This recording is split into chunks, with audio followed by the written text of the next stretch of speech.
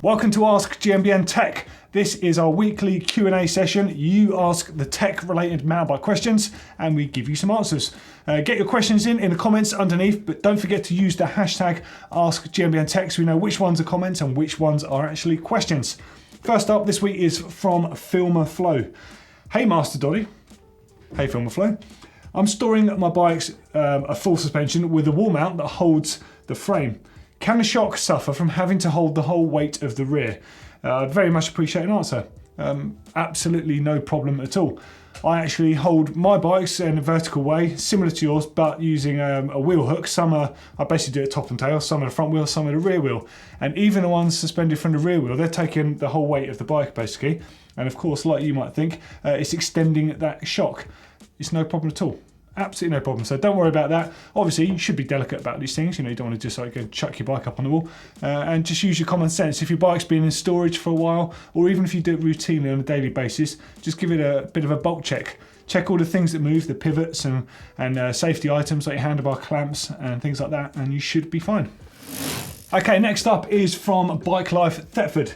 Ask GMBN Tech, is it bad for your dropper post if you use it too much? And what are your thoughts on the caliber boss nuts? No, dropper posts are specifically designed to be dropped and raised as many times as you see fit when you're out riding. Don't know about everyone else viewing this, but I use mine constantly, like micro adjusting. It might just be like an inch or two up and down, which really helps when you're riding, sort of trying to pedal across a really choppy terrain and you don't want to sort of get kissed on the undercarriage too often. All you do need to make sure of though, because it's a moving component, just like a suspension fork, is make sure it's clean and lubricated. Now it doesn't involve having to take the thing apart to lubricate it. You can lube around the seal on there. We've done a number of videos that tell you how to do this, and there's going to be one in the description underneath this. As for the caliber boss nut, I think it was your last bit of question now, I nearly forgot. Fantastic bikes. In fact, they're absolutely astonishing for the money, and I'd go as far as saying one of the best value money bikes you can actually get if that is what your budget is. So don't be put off, go and get one, they're great. Next question is from Oliver Atwell. I've got a Trek Fuel EX7, the 2020 model. Wow, dude, you didn't hang around, did you? That's a brand new bike. And I've been thinking of putting a coil shock on it. What do you think of that? Or would you just say stick to air? If you're going for a coil shock, what would you recommend, and any other upgrades? Well, slow down on the upgrades because that is a pretty stonking bike straight out. Anyone buying a new bike, the only real upgrade I would suggest that you consider would be just to have some tyres that suit where you're going to ride. That's about it. Of course, if the saddle doesn't suit you, not comfortable, you might want to change that, and same with handlebar grips, just your basic contact patch sort of stuff. But the truth is, you should just ride the bike. Ride it until you learn what you really like, and there might be some things you naturally want to upgrade on it. But it's interesting you say about a shock on there. So it's about 130mm bike, isn't it? It might be 140 now, I've kind of forgotten. But you've got to bear in mind that most bikes that are equipped with air shocks, the rear suspension is designed around an air shock. Coil shocks, by comparison, are quite linear, whereas an air shock, given the nature you're compressing air in a small space, they're quite progressive. So if you're going to put a coil shock on a bike designed for an air shock, you might find you go banging through that travel way too often. However, if you're dead set on putting a coil shock on there, MRP are one of the companies out there and now making progressive coil springs. And they've also got a really cool shock with a climb switch on it that would be perfect on there. Because I do hear that the Fuel EX is especially active with that air shock that's on there as standard. So when you're climbing and things like that, you may want to take advantage of having one of those levers on there just to sort of firm the bike and stand it up a bit. But to be honest though, I'd stick with the lightweight of the bike and stick with the air shock on it. I think it's a bike, it's got the air shock that's designed for it. I think it's the 3-shaft damper now on those Fuel EXs. Again, stick with it, get to learn it, and you'll suddenly find if you do want to change things, don't need to change it straight away. Okay, next is over to Darren Richardson.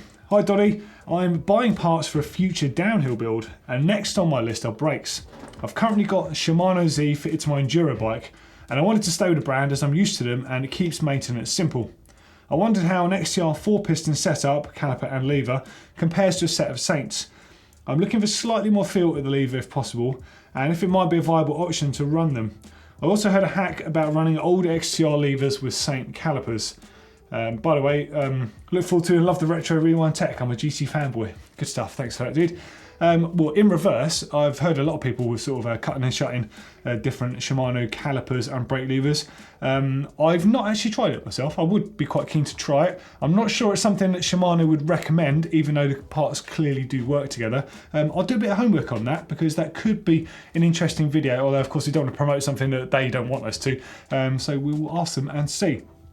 But with regards to the XTR, they are incredibly powerful. Like, they're easily as powerful, I reckon, as a set of Saint brakes. However, they're much lighter than the Saint brakes, and the levers arguably will have a bit more flex to them. They're probably a little bit more adjustable, so you're going to have a slightly different feel to them, which might be what you want. The Saint ones can feel quite wooden, whereas I know that XTR and XT levers of late that I've tried have had a bit more modulation to them, so I think that's what you might prefer. But bear in mind, obviously, as they're a lot lighter, they're going to be a lot easier to damage. The Saint ones and the cheaper version, the Z, they were designed for gravity bikes. They're designed to take a bit of a pasting. So just bear that in mind, that if you do opt for like the XCR levers, they're expensive and you could break them, in which case you're going to cry because they are pricey. Okay, over to Dark Zone 972. My bike has a 29.8mm seat post tube, and there are no dropper posts of that size. Any clues how I could fit a dropper? Right, a little bit confused here because the typical seat post sizes you see on mountain bikes are 27.2, 30.9 and 31.6. Now you say 29.8, that tends to be the outside diameter of the seat tube on a bike that would house a 27.2 post inside. That said, I know that you can get 29.8, but they're very rare. If that's the case, have a look on screen now and you can see a shim. This one I spotted at a bike shop called Wiggle. There'll be loads of places that you can find shims like this, and they're not very expensive. And they basically pick an in and an out size to suit the seat post that you want to fit to the bike. In your case, your only option will be a 27.2. So look for 27.2 to 29.8, and that will enable you to fit a dropper post. As for brands of dropper posts that are available on that, a little bit more limited because it's a slightly thinner size and it's a bit harder for manufacturers to make them and cram everything in a smaller tube. But P&W, Brand X, KS, and of course Crank Brothers, they all make dropper posts in 27.2. Okay, this one is from Lisa Rogers. I think you're a regular. I've seen your name in the comments before. Based on a question from last time on the advantage of being a taller rider, how would being a taller rider affect the rider's centre of gravity compared to a short rider? Well, quite literally just by having more weight higher up. The higher the weight is, the more unstable you can be on a bike. Kind of think about it like a bit of a pendulum effect. Now, I definitely have noticed this before when I've been riding with some of my shorter riding friends that go around turns incredibly fast because they're so low down on the bike, and they could be similar weight to me. So you think all of that weight just that little bit lower, whereas I might be the same weight and my weight's flopping around up top, especially because I've got a big old noggin. Well, that's it really, it's that simple. You know, if you lower the weight on the bike, just like we like low bottom brackets, it helps lower you. It's really why I like the feel of 29-inch wheel bikes, which I think I said in that last ask. It's purely because of the fact that your bottom bracket position is really low in relation to the wheel axle, so it makes you feel like your centre of gravity is that little bit lower. You can obviously be lower on the bike, and being physically lower is going to help, but the taller you are, the worse it gets. Okay, now it's time for Ben Sneller. Hi Doddy and Henry. I recently saw a hydraulic 1x13 drivetrain, and I was wondering what the benefits are that you get with a hydraulically actuated system rather than cable, and is it worth it for the price? So I reckon you're probably talking about the rotor system that I saw at Sea Otto last year. If that's the case, I mean, that is a work of art. The cassette on that is absolutely beautiful, and the derailleur, considering how much it's got going on, manages to look really nice as well. And I've got to say, the operation felt really slick on the one that I tried. And I guess that really is the key to it. You think on a bike that uses a cable, basically you're susceptible to friction. The cable, when it's new and when it's lubricated, it's going to work really well. But as soon as it gets grit and grime and other stuff in it, it's going to start slowing down, and that's when you can get bad shifting.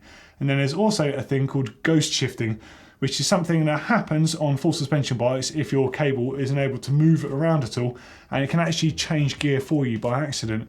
With a hydraulic line, you wouldn't be suffering this.